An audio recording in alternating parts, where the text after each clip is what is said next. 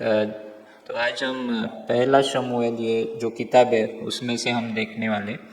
और अभी तक हमने देखा कि परमेश्वर के लोग ये कैसे वचनदत्त देश में वो आ गए हैं यहोशुआ में।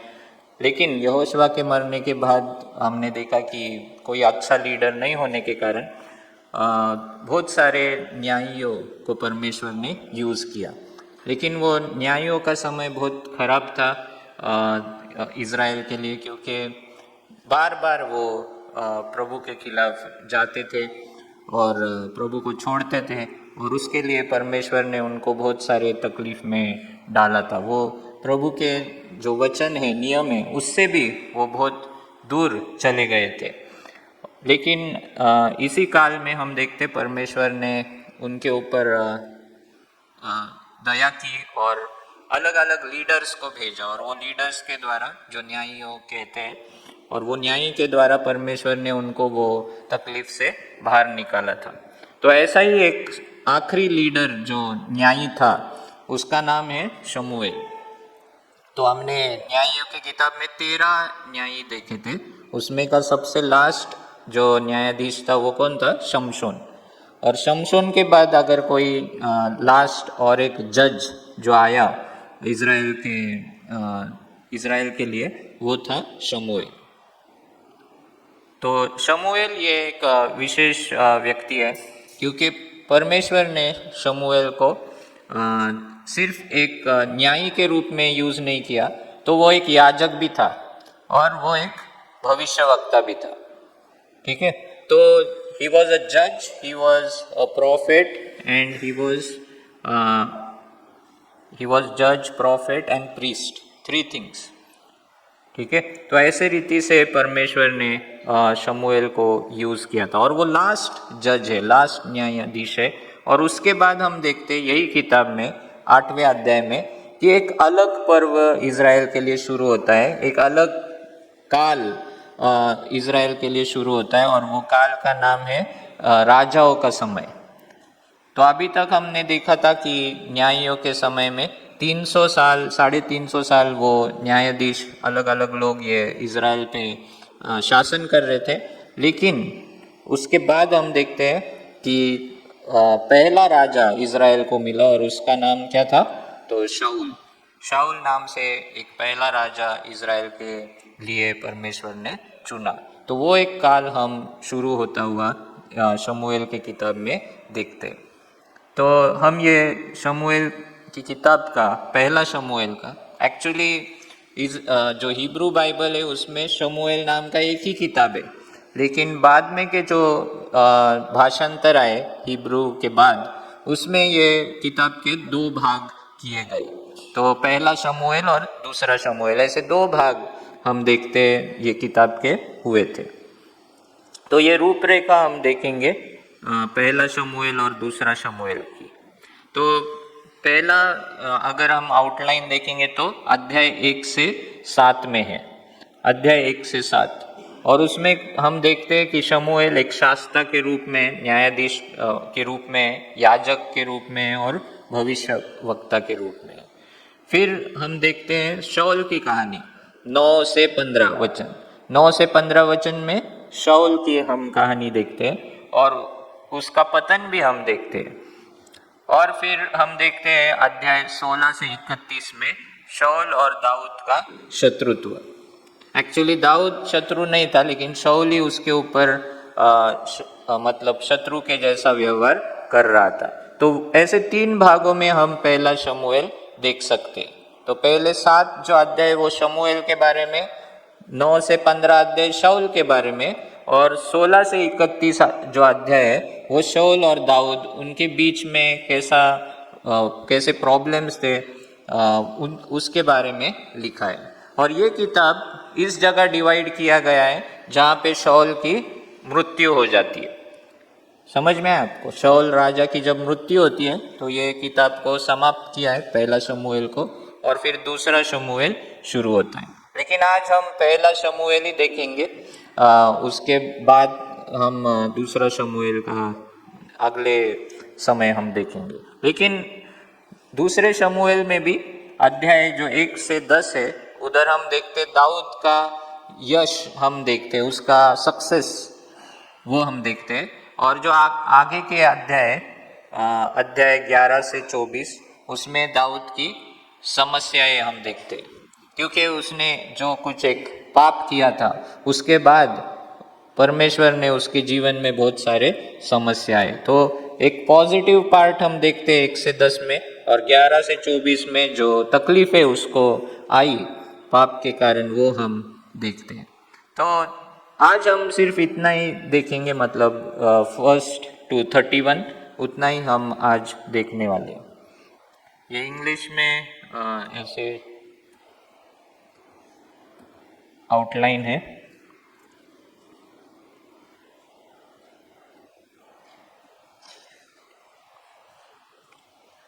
तो शुरुआत हम देखते हैं सैमुअल की एक फैमिली से हम देखते हैं कि शुरुआत हुई है कि एक हस्बैंड वाइफ है, एक हस्बैंड को वो 2 पत्नियां हैं, और एलकाना नाम के व्यक्ति को 2 पत्नियां, एक हन्ना और दूसरी पनीना। और पनीना को बहुत सारे बच्चे परमेश्वर ने दिए हैं, लेकिन हन्ना को कोई भी बच्चा नहीं है। और हन्ना हम देखते हैं कि बहुत प्रार्थना करती है, और प्रार्थना के बाद उसको एक पुत्र मिलता है, और उसने वादा किया था कि अगर परमेश्वर मुझे संतान देगा तो मैं उसको वापस प्रभु के सेवा में दे दूंगी। और उसके वादे के अनुसार वो करती है, और वो पुत्र एली जो महायाजक है उसके सुपुर्द वो करती है। उस समय ये जो टैबरनेकल था, निवास मंडप था, वो शिलो में था।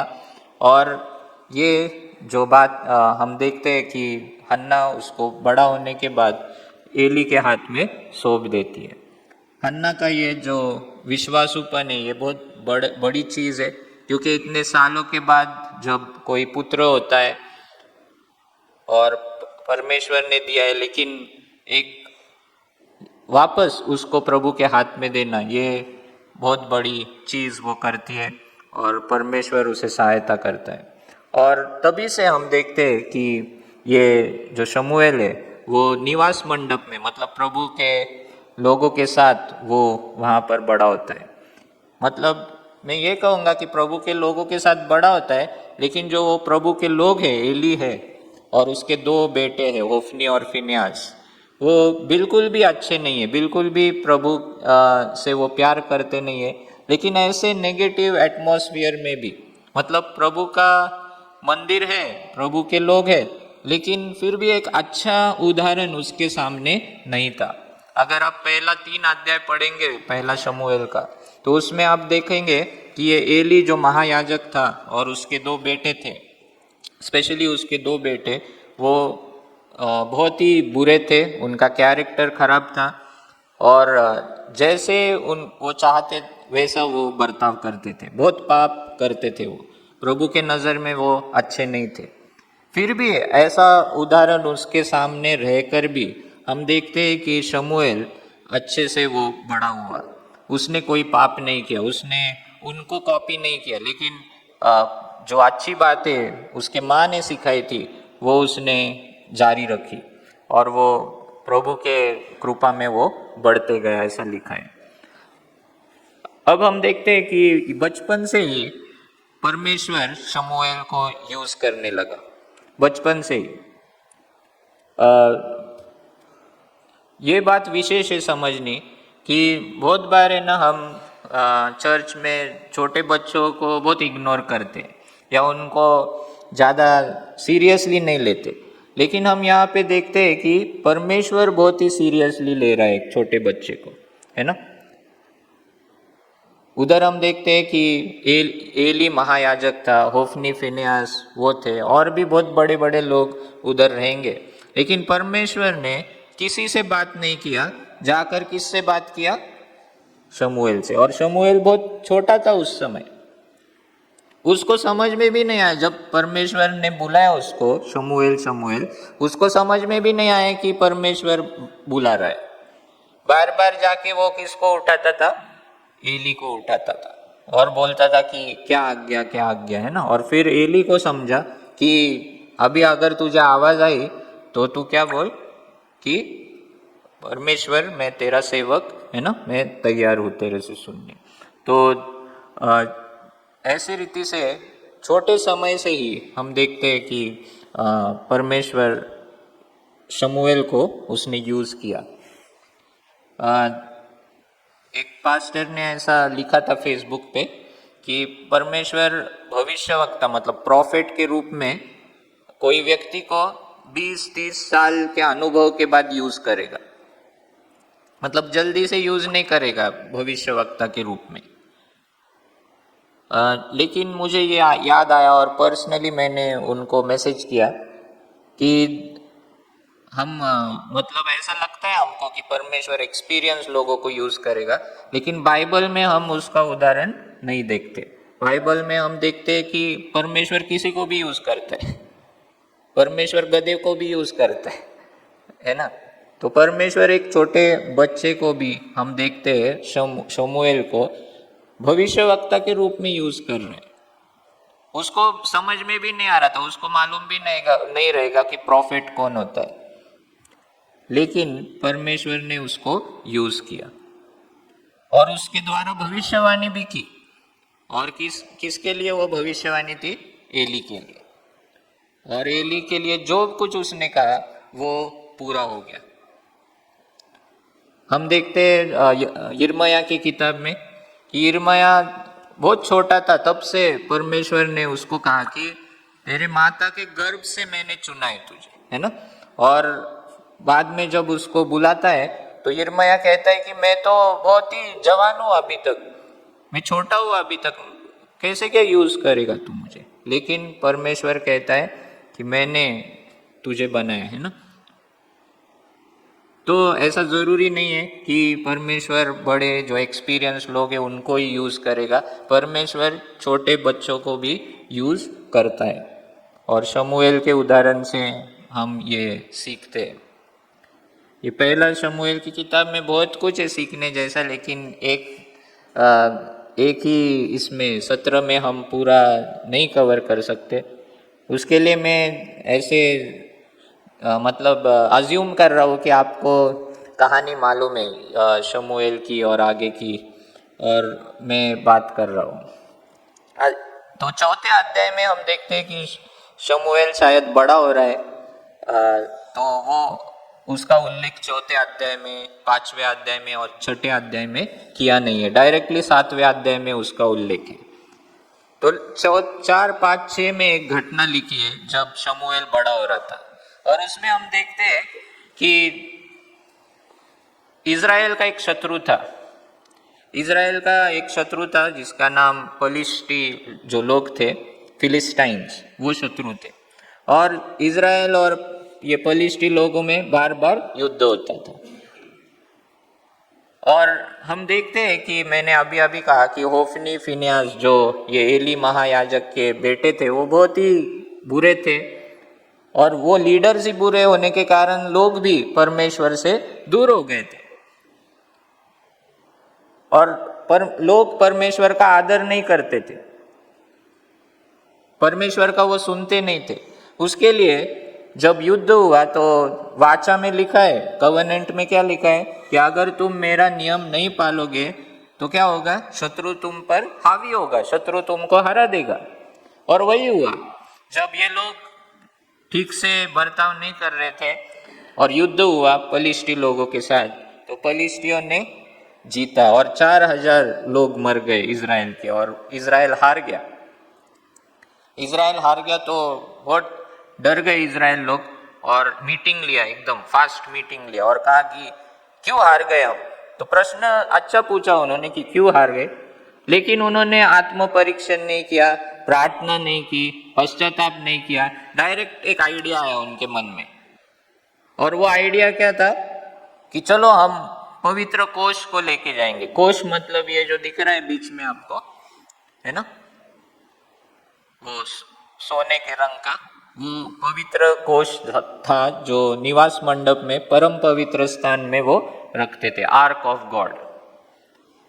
और उन्होंने पीछे मुड़ के देखा रहेगा कि जब जब जब हम कोष लेके जाते परमेश्वर हमें विजय दिलाता है। यहोशुआ में हम देखते हैं, या जब उनको यर्दन क्रॉस करनी थी तभी भी परमेश्वर ने क्या बोला था, ये कोष लेके जाओ, नदी में रुको, नदी रुक जाएगी। और वैसे ही हुआ। यरीहो में उनको जीतना था तो कोष लेके वो गोल गोल घूमे और यरीहो की दीवार नीचे आ गई। तो उन्होंने वो देखा और बोले कि चलो कोष लेके जाएंगे, जरूर हमको जीत मिल जाएगी। तो उन्होंने, जैसे मैंने कहा, प्रार्थना नहीं की थी, उन्होंने पश्चाताप नहीं किया था या आत्म परीक्षण नहीं किया था कि क्यों हम हारे। डायरेक्टली उनको वो याद आया और कोष लेके गए। और क्या हुआ, दूसरी बार जब वो गए युद्ध में कोष लेके, तो 30,000 लोग मर गए और बड़ी हार उनको स्वीकार करनी पड़ी। और उस हार में हम देखते हैं कि जो इसके बेटे थे एली के, हुफनी और फिनेहास, वो दोनों मर गए।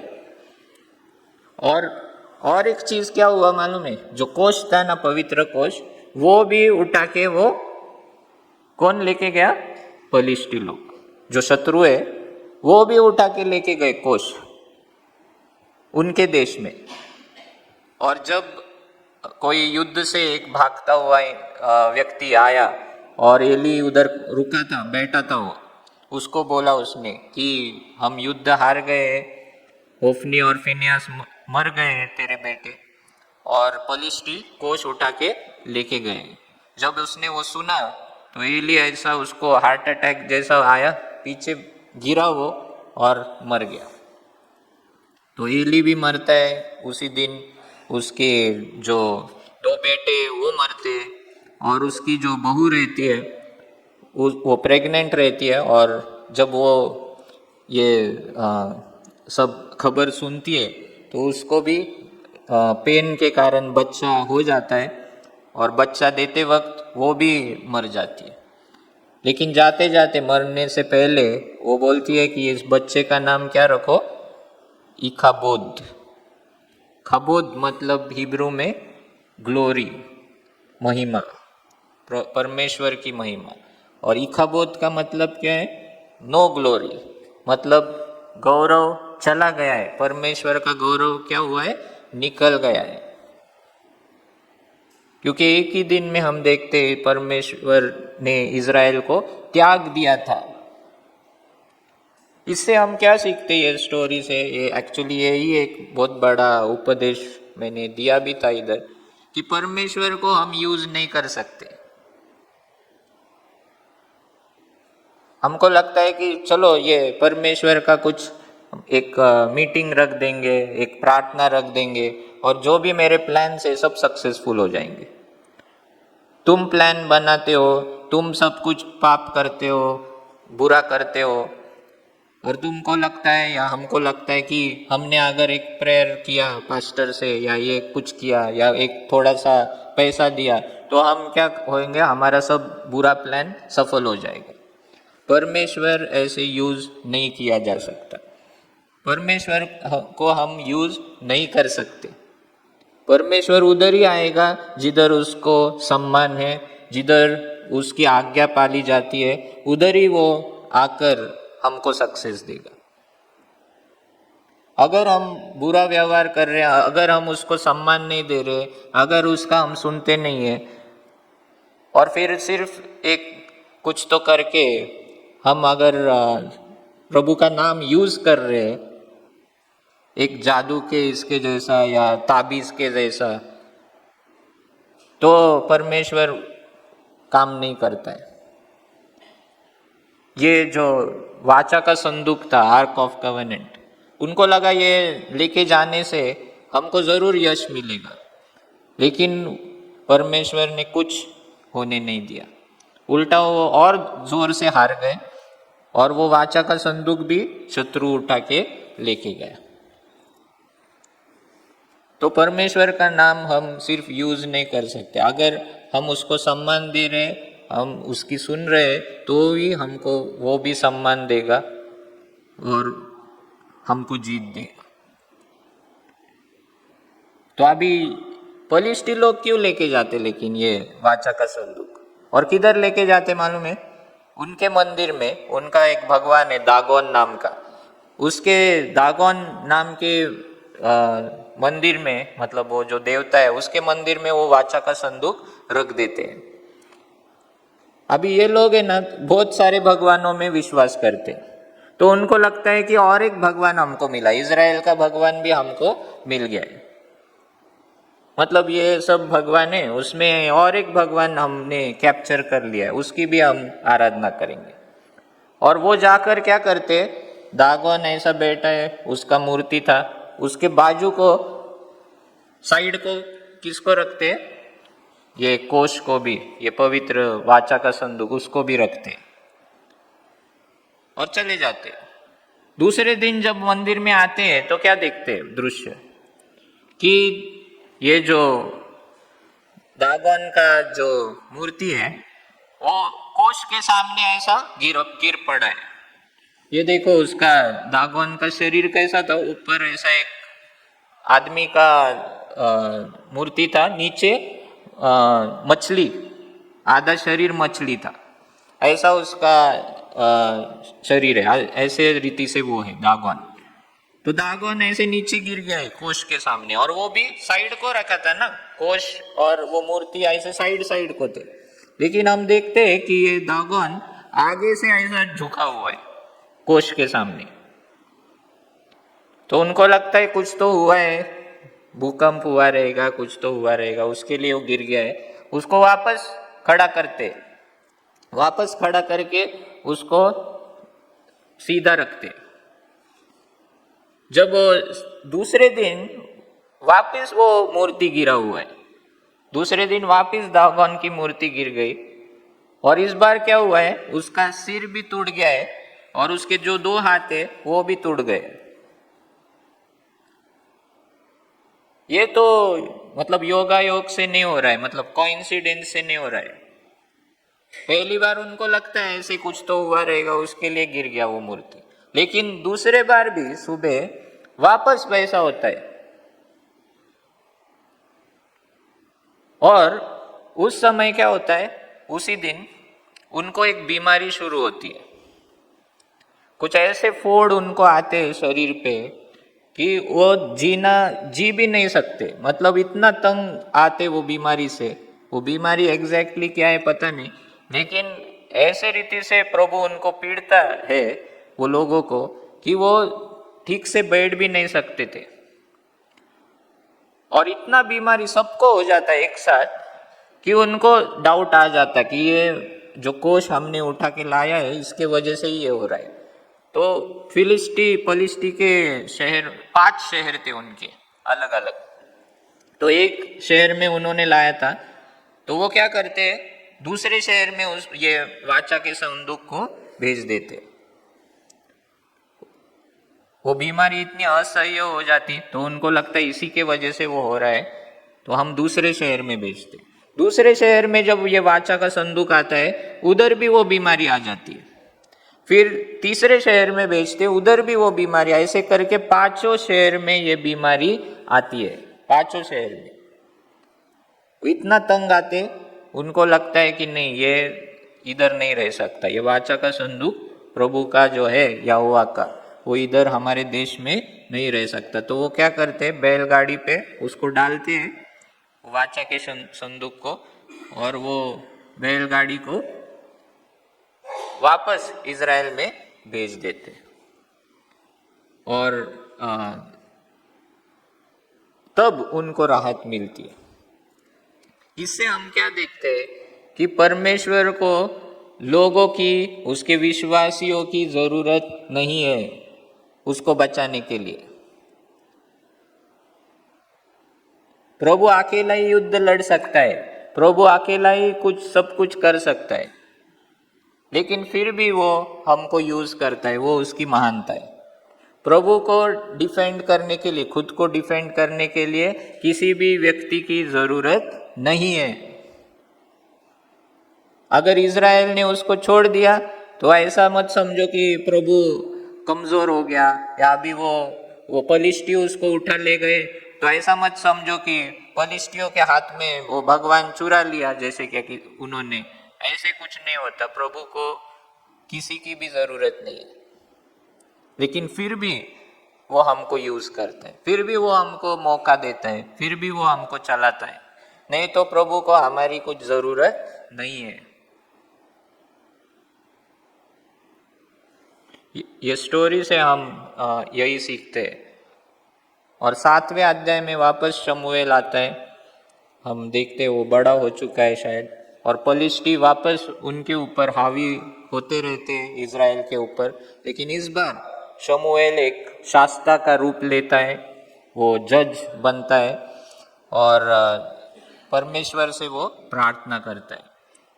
वो लोगों को बोलता है कि अपने सारे जो बाकी के देवता हैं उनको छोड़ दो, पश्चाताप करो और प्रभु की सेवा करो, प्रभु के आगे शरण आ जाओ। और जब वो प्रार्थना करता है, वो एक सैक्रिफाइस करता है एक पशु का, और प्रभु को प्रार्थना करता है, तब परमेश्वर जब वो पश्चाताप लोगों का देखता है तो लोगों को सहायता के लिए वो चले आता है। और इस समय वो उनको जीत मिलती है। जब लोग पश्चाताप करते हैं, लोग जब उनके दूसरे जो भगवान है वो छोड़ देते हैं, तब हम देखते हैं कि प्रभु उनके जीवन में कार्य करता है। और फिर शमूएल एक पत्थर लेके उसको खड़ा करता है और उसको कहता है एबनेजर। क्या कहता है? एबनेजर। और एबनेजर का मतलब है कि प्रभु हमारा सहायक, एक खड़क जो सहायकता का पत्थर, स्टोन ऑफ हेल्प। एबनेजर मतलब क्या? Stone of help. इकाबोद का मतलब क्या था? महिमा चला गया है, नो ग्लोरी। लेकिन एबनेजर का मतलब क्या है? परमेश्वर हमारे सहायता के लिए आया है। तो ऐसी स्थिति से जहां पे इकाबोद, ऐसी स्थिति हो गई थी इज़राइल में। क्यों हो गई थी? क्योंकि परमेश्वर के पास लोग पश्चाताप नहीं कर रहे थे, परमेश्वर को छोड़ दिया था। लेकिन जब शमूएल बड़ा हुआ, शमूएल ने सब लोगों को इकट्ठा किया, पश्चाताप करवाने को लगाया, और जब लोगों ने पश्चाताप किया, अपने पाप छोड़ दिए, तब परमेश्वर उनको सहायता करने के लिए चला आया। तो हमारे जीवन में बहुत कुछ होगा, हमारे जीवन में नहीं क्या, हम चर्च को जाते हैं, सब धार्मिक बातें होती है, लेकिन अगर हम पश्चाताप नहीं कर रहे, अगर हम प्रभु को सम्मान नहीं दे रहे, तो प्रभु हमारे लिए फाइट नहीं करेगा। हमारे पास कोष है, हमारे पास ये है वो है, हम कहेंगे, लेकिन कोष रहकर भी कुछ फायदा नहीं अगर हम प्रभु को सम्मानित नहीं करते। कोष का तभी फायदा होगा जब हम प्रभु को सम्मान देंगे, हमारे मनों में हम पश्चाताप करेंगे, पाप को छोड़ देंगे, तभी परमेश्वर हमारे सहायता के लिए भाग के चला आएगा। बहुत बार परमेश्वर हमें जीत दिलाता है, लेकिन ऐसे ही जीत दिलाते नहीं रहेगा अगर हम पाप में हैं तो। उसके बाद हम देखते हैं कि शमूएल बूढ़ा हो गया, और शमूएल बूढ़ा होने के कारण अभी लोग वापस सोच रहे थे अभी हमारा नेता कौन होगा। और उसके जो 2 बेटे थे वो न्यायी बन गए थे शमूएल के, लेकिन वो दोनों बेटे भ्रष्ट थे और वो लोगों से रिश्वत लेते थे, और रिश्वत लेके न्याय बिगाड़ते थे, अन्याय करते थे। तो वो लोग जो इज़राइल के लोग थे, उन्होंने देखा कि ये बुरा हो रहा है, और उसके लिए वो शमूएल से मांग करते कि तू क्या कर, हमारे लिए एक राजा चुन, एक मनुष्य को चुन जो हमारे लिए राजा बनेगा। और इस समय से हम देखते हैं कि ये राजाओं का पर्व शुरू होता है, राजाओं का समय शुरू होता है। वो 1050 जो ईसा पूर्व है BC, तब से लेके 586 BC तक, ये 500 साल करीब करीब हम देखते हैं राजाओं का समय था। और पहला राजा हम देखते हैं कि परमेश्वर ने किसको चुना? शाऊल नाम के व्यक्ति को। शाऊल ये बन्यामीन वंश का था, और उसने शुरुआत बहुत अच्छी की। बाइबल कहता है कि जब वो अपने नज़र में छोटा था, मतलब नम्र था, तब परमेश्वर ने उसको चुना था। लेकिन राजा होते ही हम देखते हैं कि वो उसमें घमंड आ गया। वो जो जीत उसको मिल रही थी उसके कारण घमंड आ गया और वो खुद के डिसीजंस लेने लगा। बाकी हर एक जो देश था दूसरा, उसमें जो राजा था ना, वो होल एंड सोल रहता था, मतलब कुछ भी वो खुद ही डिसीजंस लेता था। और शाऊल को भी वैसा ही लगा कि मैं राजा बन गया हूँ, मैं भी खुद डिसीजंस ले सकता हूँ। लेकिन इज़राइल में वैसा नहीं था। इज़राइल में कोई भी रहो, राजा भी रहो, लेकिन उसने परमेश्वर का सुनना चाहिए, ये बहुत जरूरी था। परमेश्वर का सुनना चाहिए, ये बहुत जरूरी था। लेकिन ये शाऊल ने वो किया नहीं। शुरुआत में उसने नम्रता दिखाई, लेकिन बाद में वो घमंड से भर गया और खुद के डिसीजंस वो लेने लगा। ये कहानी 9 से 15 अध्याय में है, मैं पढ़ नहीं सकता हर एक चीज़। लेकिन हम देखते हैं कि शाऊल ने 13 अध्याय में एक बार प्रभु की आज्ञा को तोड़ी और उसके वजह से परमेश्वर दुखी हुआ। परमेश्वर ने सोचा कि हम इसको मैं राजा के पद से हटा दूंगा।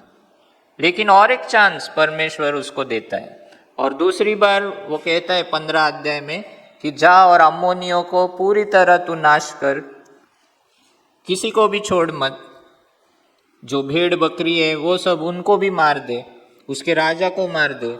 लेकिन ये शाऊल क्या करता है, उधर जाता है, उनको हराता है, उसको सक्सेस मिलता है, लेकिन उनके जो भेड़ बकरी है और उसका राजा, उसको वो जिंदा पकड़ के लेके आता है। मतलब ओबीडियंस करता है, लेकिन हाफ ओबीडियंस, पूरा नहीं। और जब वो वापस आता है और शमूएल को परमेश्वर वापस उसके पास भेजता है और शमूएल कहता है कि तूने प्रभु का बात क्यों नहीं सुना, और शाऊल कहता है कि मैंने सुना, सब कुछ मैंने किया। फिर वो कहता है फिर ये भेड़ बकरी का आवाज मैं क्या सुन रहा हूं। तो शाऊल क्या करता है, छिपाने की कोशिश करता है। वो कहता है कि ये तो मैंने प्रभु के लिए लाया है, प्रभु को यज्ञ करने के लिए लाया है। और फिर हम देखते हैं कि ये फेमस वचन है 1 शमूएल 15 और 22 में। शमूएल ने कहा, क्या यहोवा होम बलियों और मेल बलियों से उतना प्रसन्न होता है जितना कि अपनी बात के माने जाने से प्रसन्न होता है। तो ये एक तत्व, हम प्रिंसिपल देखते हैं बाइबल में कि प्रभु है ना, प्रभु को होम बलि, ये जो हम प्रथा परंपरा जो पालते हैं उसमें कोई इंटरेस्ट नहीं है। ज्यादा इंटरेस्ट प्रभु को किसमें है, आज्ञा पालन में। वो कहता है सुन, मानना तो बलि चढ़ाने से, मतलब मेरे आज्ञा मानना, आज्ञा को पूरा करना, ये बलि चढ़ाने से, और कान लगाना मतलब सुनना, कान लगाना मतलब सुनना, ये मेढ़ों की चर्बी से भी उत्तम है। इंग्लिश में क्या लिखा है, obedience is better than sacrifice.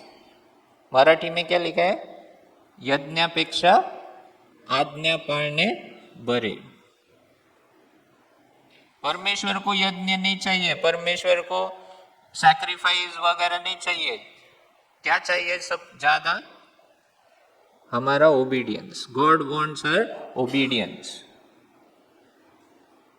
और एक चीज हम यहाँ देखते हैं कि incomplete obedience is also disobedience, है ना। जो हम आधी आज्ञा पालेंगे वो भी क्या है, डिसोबीडियंस। और शाऊल, अभी ये सब डिस्क्राइब करने टाइम नहीं है, लेकिन शाऊल खुद को महत्व देने लगा था, खुद को वो अलग समझने लगा था, बहुत घमंडी वो हो गया था। और आगे के चैप्टर में वो प्रूव हो जाता है। लेकिन इधर भी वो वैसा ही है और परमेश्वर को ये पसंद नहीं था। और हम सोचते फिर क्यों चुना परमेश्वर ने, लेकिन पहले वो अच्छा था, पहले वो नम्र था, उसके लिए चुना, लेकिन बाद में जब घमंड आया तो परमेश्वर ने उसको निकाल दिया। आज्ञा पालन नहीं किया तो परमेश्वर ने उसको निकाल दिया। और 16 अध्याय में हम देखते हैं कि परमेश्वर ने दाऊद को चुना, है ना। जब वे गए तब उसने एलियाब पर दृष्टि की। अगर हम 6 वचन देखेंगे, 16 का 6, तो परमेश्वर ने शमूएल को कहा, जा ईसाई के घर जा, एक बेतलेहम में जो परिवार है उनके यहाँ जा तू, और उनके जो बेटे हैं 7 बेटे, उनमें से एक मैं चुनूंगा राजा होने के लिए। तो शमूएल उधर जाता है और सबसे बड़ा जो लड़का है एलियाब, उसको देखता है, बहुत हाइटेड है, मस्त बिल्ट है ना। और निश्चय ही वो कहता है, निश्चय यह यहोवा के सामने है, वही उसका अभिषिक्त होगा। तो वो पर्सनैलिटी देखता है ना, बॉडी देखता है और कहता है यही रहेगा राजा, यही परमेश्वर का अभिषिक्त है। परंतु यहोवा ने शमूएल से कहा, न तो उसके रूप पर दृष्टि कर और न उसके कद की ऊंचाई पर, क्योंकि मैंने उसे अयोग्य जाना है। क्योंकि यहोवा का देखना मनुष्य का सा नहीं है। मनुष्य तो बाहर का रूप देखता है, परंतु यहोवा की दृष्टि मन पर रहती है। और एक प्रिंसिपल हम देखते हैं, है ना, यहाँ से हम सीखते हैं कि परमेश्वर किसको यूज करता है और कैसे यूज करता है, कैसे चुनता है। मन को देख के, कद को देख के नहीं, पर्सनैलिटी को देख के नहीं, है ना, शिक्षण को देख के नहीं, मतलब जग का जो दुनिया, कितना डिग्री है हमारे पास, कितना पैसा है, कितना प्रसिद्धि है हमारे पास, वो सब परमेश्वर देखता नहीं है। परमेश्वर को क्या चाहिए? सिर्फ मन चाहिए, एक अच्छा मन चाहिए। तो हम दिखने में कैसे भी हो, हम कैसे भी लोग हमें कुछ भी समझते हो, लेकिन परमेश्वर की नजर हमारे ऊपर है। और बाइबल में ये बार बार हम देखते हैं कि बहुत बार परमेश्वर ने ऐसे लोगों को यूज किया जो खुद को अयोग्य समझते हैं। और एक वचन उधर है 16 अध्याय में कि शाऊल के ऊपर से प्रभु का आत्मा निकल गया और कहाँ पे आ गया? दाऊद के ऊपर। शाऊल के ऊपर से परमेश्वर का आत्मा निकल गया और किसके ऊपर आ गया? दाऊद के ऊपर। और बाद में शाऊल का कंडीशन कैसे हुआ है मालूम है? जब प्रभु का आत्मा निकल गया उसके ऊपर, वो पागल हो गया। वो ठीक से सोच नहीं पाया, ठीक से किसी के साथ संबंध नहीं रख पाया, एक पागल आदमी हो गया, कुछ काम का नहीं रहा। परमेश्वर का अभिषेक अगर हम पे है ना, तो हम कुछ कर सकते उसके लिए। अगर वो अभिषेक निकल गया तो हम कुछ भी नहीं कर सकते। जब दाऊद ने भी कुछ ऐसा पाप किया था तो वो प्रार्थना करते हैं, मेरे से तेरा पवित्र आत्मा तू निकाल मत ले, don't take thy holy spirit from me. क्योंकि उसने शाऊल को देखा था, जब पवित्र आत्मा निकल गया तो शाऊल की कंडीशन क्या हो गई थी, और उसके लिए वो प्रार्थना करता है, मेरे से तू वो निकाल के मत ले। वो पश्चाताप करता है, लेकिन शाऊल कुछ नहीं करता, शाऊल और कठोर हो जाता है। और एक बात हम यहाँ वापस देखते हैं कि परमेश्वर बच्चों में इंटरेस्ट रखता है। छोटे बच्चे, जवान, उनके ऊपर उसकी नजर हमेशा रहती है। उसके लिए अभी से तुम परमेश्वर को ढूंढो, परमेश्वर के बारे में सीरियस रहो, सब छोटे बच्चे। Because God is looking at you, God is observing you.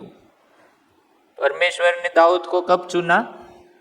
जब वो 14-15 साल का रहेगा बच्चा। उस समय परमेश्वर, उससे भी पहले परमेश्वर उसको देख रहा था। जब वो अकेला, जो उसके शीप थे उसको वो चराता था, उसके जो भेड़ है उसको वो सिंह से बचाता था, भालू से बचाता था, वो सब परमेश्वर ने देखा था। परमेश्वर है ना, हमारा काम भी देखता है, हम क्या करते, कैसे हम अपना काम पूरा करते हैं। जब परमेश्वर ने देखा अरे ये भेड़ों से इतना प्यार करता है, भेड़ों को इतना अच्छा से संभालता है, तो परमेश्वर ने समझा मेरी भेड़ों को वो कितने अच्छे से संभालेगा, और उसके लिए उसने राजा बनाया उसको। और वो भी कभी बनाया, बड़ा होने के बाद नहीं, 30 साल का 40 साल का होने के बाद नहीं, 14 साल में ही चुना था उसको। 14-15 साल में ही परमेश्वर ने चुना था। उसके लिए याद रखो, बड़ा होने के बाद प्रभु में इंटरेस्ट लेंगे, बड़ा होने के बाद चर्च जाएंगे, बड़ा होने के बाद देखेंगे, ये सब छोड़ दो। अभी से आप पढ़ाई करते हो तभी से परमेश्वर में इंटरेस्ट रखो, क्योंकि परमेश्वर आप पे इंटरेस्ट रखता है, बहुत ज़्यादा इंटरेस्ट रखता है। और परमेश्वर देख रहा है क्या कर रहे हम, है ना, कैसा हम काम कर रहे हैं, हमारी जिम्मेदारी हम कैसे पूरी करते हैं, इस सारे स्थिति को परमेश्वर देखता है।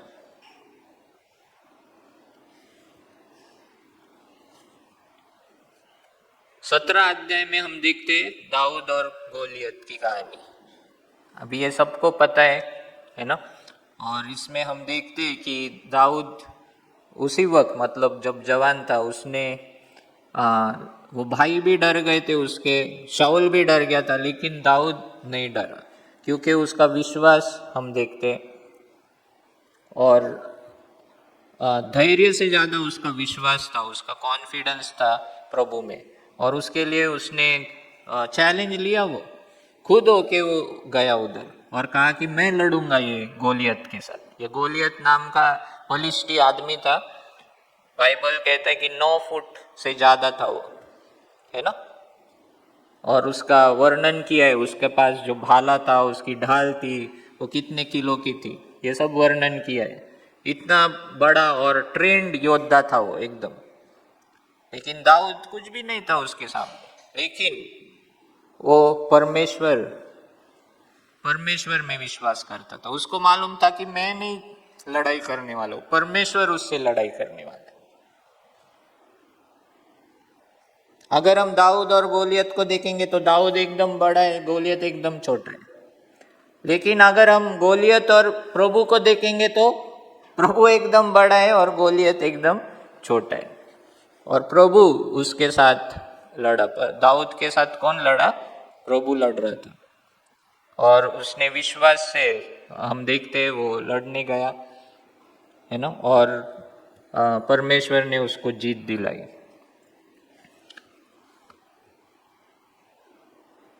और दाऊद भी हमेशा यहोवा को ही क्रेडिट देता था, श्रेय देता था अपने विजय का। अगर हम 17 अध्याय और 37 वचन अगर हम देखेंगे, फिर दाऊद ने कहा, यहोवा जिसने मुझे सिंह और भालू दोनों के पंजे से बचाया है, वह मुझे उस फलिस्ती के हाथ से भी बचाएगा। दाऊद कह रहे हैं कि जैसे परमेश्वर ने मुझे सिंह के ऊपर विजय दिलाया, भालू के ऊपर विजय दिलाया, तो वैसे ही परमेश्वर मुझे ये फलिस्ती जो बड़ा आदमी है, योद्धा है, उसके हाथ से भी वो बचाएगा। और वही होता है, परमेश्वर उसको विजय देता है। 18 जो अध्याय, उधर से एक टर्निंग पॉइंट आता है वापस, और हम देखते हैं कि शाऊल जो राजा है और दाऊद, उसके बीच में एक शत्रुत्व हम देखते हैं। दाऊद के ओर से कुछ शत्रुत्व नहीं है, लेकिन शाऊल के ओर से है। Saul is hating David. और उसका वजह क्या है? तो जब दाऊद ने वो गोलियत को मारा, तब क्या हुआ? 18 अध्याय और 6 वचन, 18 अध्याय 6, चैप्टर 18 वर्स 6। जब दाऊद उस फलिस्ती को मारकर लौट रहा था और वे सब लोग भी आ रहे थे, तब सब इजरायली नगरों से स्त्रियां डफ और तिकोने बाजे लिए हुए आनंद के साथ गाती और नाचती हुई शाऊल राजा के स्वागत में निकली। और वे स्त्रियां नाचती हुई एक दूसरे के साथ यह गाती गई, शाऊल ने तो हजारों को, परंतु दाऊद ने लाखों को मारा है। स्त्रियों ने क्या गीत गाया, कंपैरिजन किया, तुलना किया कि शाऊल ने तो हजारों को मारा है, लेकिन दाऊद ने कितने को मारा है, लाखों को मारा है।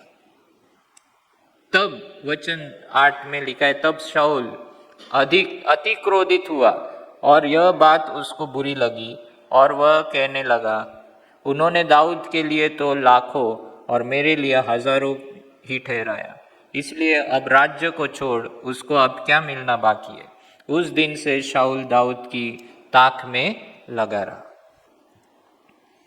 तो ये एक टर्निंग पॉइंट आता है कि जब शाऊल को समझता है कि दाऊद को ज्यादा क्रेडिट दे रहे, दाऊद ज्यादा पॉपुलर हो रहा है ना, तब शाऊल को बहुत बुरा लगता है और वो उसके ऊपर जलने लगता है। और अगर हम 18 अध्याय पढ़ेंगे तो हम देखते हैं कि ये शाऊल को बार बार एक आत्मा तंग करता है, और वो आत्मा तंग करता है, उसको फ्रस्ट्रेट होता है, वो पागल जैसा वो एक्ट कर रहा था। उसके कारण क्या हुआ कि जो दाऊद ये लेके आया था, मतलब कुछ इंस्ट्रूमेंट बजाता था दाऊद, और वो इंस्ट्रूमेंट बजाने से शाऊल को अच्छा लगता था।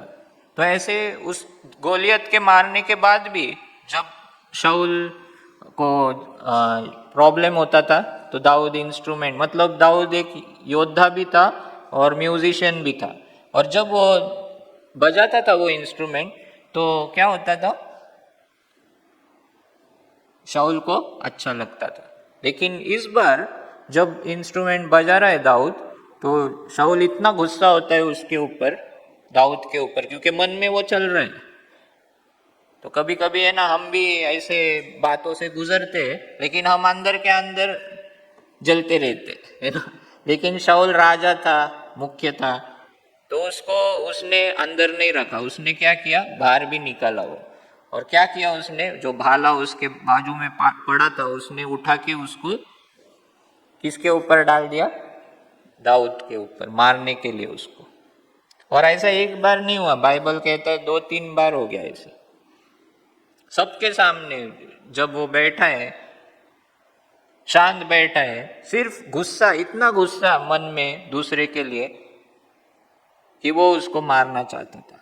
लेकिन दाऊद ने क्या किया, वो भाला जब आया उसने ऐसे उसको चुकाया और वो भाला जाके दूसरी ओर लग गया। इतना नफरत हम सह सकते हैं क्या? विचार करो, कोई हमसे इतना नफरत करते हैं कि भाला फेंक के मार रहे है ना। कभी कभी भाला नहीं फेंकते, शब्द फेंकते है ना, और वो शब्द भी हमको भाले के जैसे लगते। लेकिन हमको भी दाऊद की तरह बनना है ना, और अफेक्ट नहीं होने देना है हमको, है ना। शब्द या जो बातें हैं, भाले हैं, वो सब हमको हमारे ऊपर कार्य करते, और हम भी गुस्सा करते, हम भी अटैक करते। लेकिन दाऊद को हमने मानना चाहिए कि इतना नफरत उसने सहन की, कुछ भी उसका गलती नहीं था, कुछ भी गलती नहीं था, फिर भी शाऊल की नफरत उसने सहन की। तो इसके आगे के जो चैप्टर है 19, 20, 21, ये सब दाऊद को वहां से भागना पड़ता है। शाऊल की नफरत कम नहीं होती, उसके लिए वो भागते रहता है दाऊद शाऊल से, और शाऊल उसका पाठलाग करते रहता है, पीछे लगा रहता है, और उसके मारने की वो कोशिश करते रहता है। लोग भी खबर देते हैं उसको, शाऊल ये देख इधर दाऊद है, फिर शाऊल उधर चला जाता था, इधर दाऊद है, इधर छिपा है, शाऊल उधर चला जाता था उसको मारने। और ऐसे ही कुछ इसमें हम देखते हैं कि एक बार, 2 बार दाऊद को शाऊल ऐसे हालात में मिला कि दाऊद उसको मार सकता था। 2 बार, एक नहीं 2 बार ऐसा हुआ कि परमेश्वर ने शाऊल को दाऊद के हाथ में दे दिया था उसको खत्म करने के लिए। कोई नहीं था, वो सोया था, वो एक बार गुफा में चला गया था, तभी भी दाऊद अकेला था उधर। दूसरी बार इतनी गहरी नींद में सोया था कि आराम से दाऊद उसको मार सकता था, लेकिन दाऊद ने बदला नहीं लिया। इतना तंग करता था शाऊल उसको, फिर भी जो न्याय है दाऊद ने परमेश्वर के हाथ में दे दिया और उसको उसने नहीं मारा। उसने समझा कि ये प्रभु का अभिषेक थे और प्रभु ही उसको बदला लेंगे, प्रभु ही उसका न्याय करेगा। अगर दाऊद इधर ही उसको मारता था ना, दूसरे दिन दाऊद राजा बन जाता था, लेकिन उसने शॉर्टकट नहीं लिया। हमारे जीवन में भी बहुत सारे ऐसे शॉर्टकट आएंगे कि जल्दी से हम न्याय करेंगे, हम जल्दी से हमको जो चाहिए ना वो मिल सकता है, लेकिन परमेश्वर के लिए वो रुका रहा। परमेश्वर के समय के लिए दाऊद रुका रहा, और एक बार नहीं तो 2 बार ऐसे उसने किया। और फिर लास्ट में हम देखते हैं कि वो समय एक दिन आ गया और 31 चैप्टर में हम देखते हैं कि शाऊल की मौत हो जाती है फलिश्ती के साथ लड़ने के वक्त। वो अकेला रह जाता है और जो फलिश्ती लोग हैं उसको पकड़ने आते हैं। तब शाऊल कहता है अपने सेवक को कि तू मुझे मार दे, लेकिन वो नहीं मारता है। तो फिर शाऊल खुद ही अपने तलवार पे वो झुक जाता है, उस पे गिरता है और खुद की जान वो ले लेता है, क्योंकि अगर शत्रु के हाथ में गिरता था वो तो शत्रु बहुत हाल करते थे उसकी, तो उसके लिए वो खुद को ही मार देता है। और इस तरह से शाऊल की मौत होती है। और फिर हम दूसरे शमूएल में देखेंगे कि दाऊद कैसे राजा बनता है।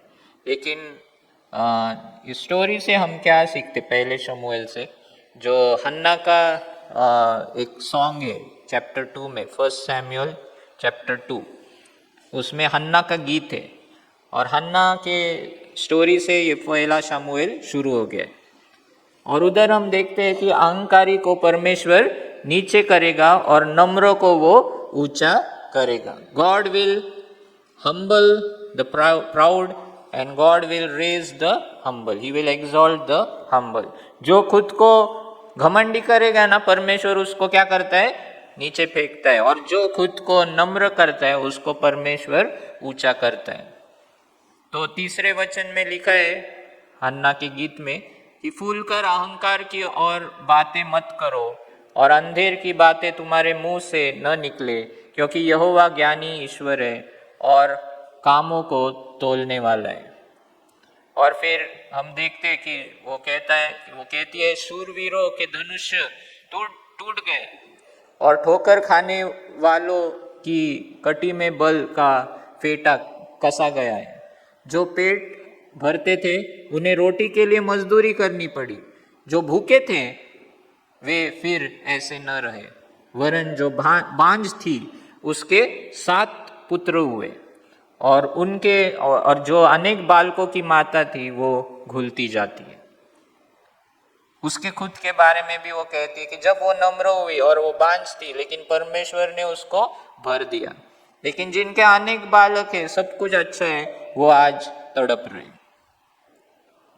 क्योंकि जो दूसरी औरत थी वो पनिन्ना, वो उसके ऊपर गर्व करती थी, उसको तंग करती थी हन्ना को, क्योंकि उसके पास ज्यादा बच्चे थे।